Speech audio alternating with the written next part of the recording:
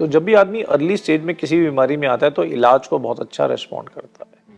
तो हमें कभी कभी लोगों को सर्टिफिकेट देना पड़ता है कि ये सब लोग ठीक हैं, ये पेशेंट है, तो हमने ऐसा सर्टिफिकेट इशू किया। फिर पुलिस को बताना पड़ता है कि ये ऐसा है ना, तो इसके ऊपर एक्शन मत लो आप। तो बहुत सारे ऐसे लोग हैं, हमारे पास 2 पेशेंट्स हैं जिन्हें हमें इंस्टीट्यूशलाइज करना पड़ा क्योंकि वो अपना ध्यान रख नहीं सकते थे। मेरे फ्रेंड के खुद के फादर थे जिनको हमने कई साल तक ट्रीट किया। शुरू में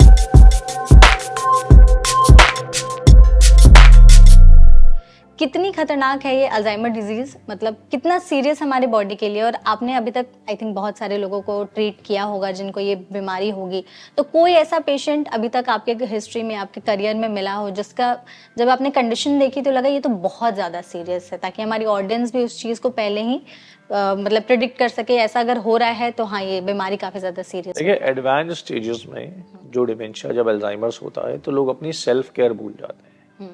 उनकी बॉडी का मास्क हो जाता है, वो अपना ध्यान भी रख नहीं सकते। उनको टॉयलेट ले जाने के लिए, उनको नहलाने के लिए, खाना खिलाने के लिए भी किसी आदमी की जरूरत पड़ती है। तो सोचे इतना सीरियस ये बीमारी हो सकती है कि आदमी कंप्लीटली किसी और पे डिपेंडेंट हो जाता है। तो that is how serious it is. कोई पेशेंट जिसके बारे में आप बताना चाहें? देखिए, हमारे पास बहुत तरह के पेशेंट्स हैं अल्जाइमर्स के।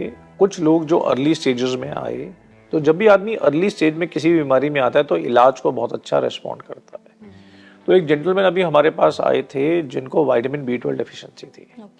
हमने विटामिन B12 के 5 इंजेक्शन लगाए और वो ठीक हो गए। अच्छा। एक और लेडी थी जिसको थायराइड डेफिशिएंसी थी, हाशिमोटोस थायराइडाइटिस था, हमने थायराइड ठीक किया, वो ठीक हो गई। ये एक साइड की सक्सेस है।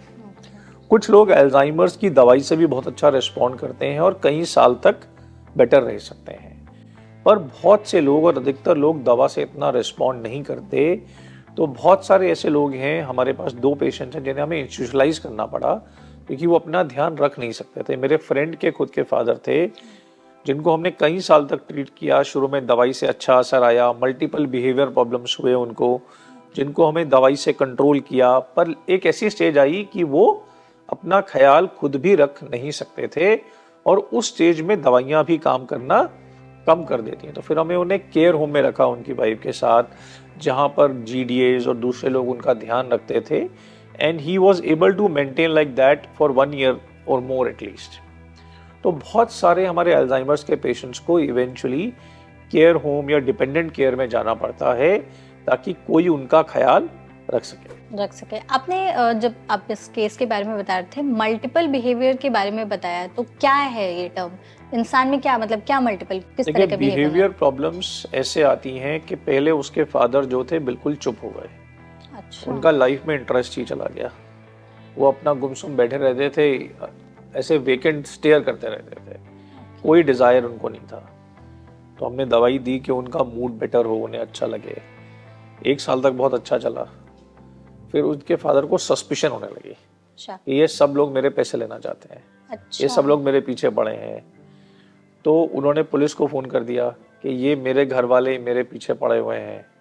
तो हमें कभी कभी लोगों को सर्टिफिकेट देना पड़ता है कि ये सब लोग ठीक हैं, ये पेशेंट है। तो हमने ऐसा सर्टिफिकेट इशू किया। फिर पुलिस को बताना पड़ता है कि ये ऐसा है ना, तो इसके ऊपर एक्शन मत लो आप। अच्छा। फिर तीसरी बार वो अग्रेसिव हो गए, बहुत जोर से चिल्लाने लगे, बहुत इरिटेट रहने लगे। फिर हमने उनको दवाई दी जो रिवर्स हो गई। पहले हमने दवाई दी कि उनको एक्टिव करे, फिर हमने दवाई दी उनको शांत रखे ताकि वो पीसफुली सो पाए। तो इस तरह से एक ही पेशेंट में over a period of 5 years multiple types of different behaviours हुए जिसे हमें ठीक करना पड़ा या कंट्रोल करना पड़ा।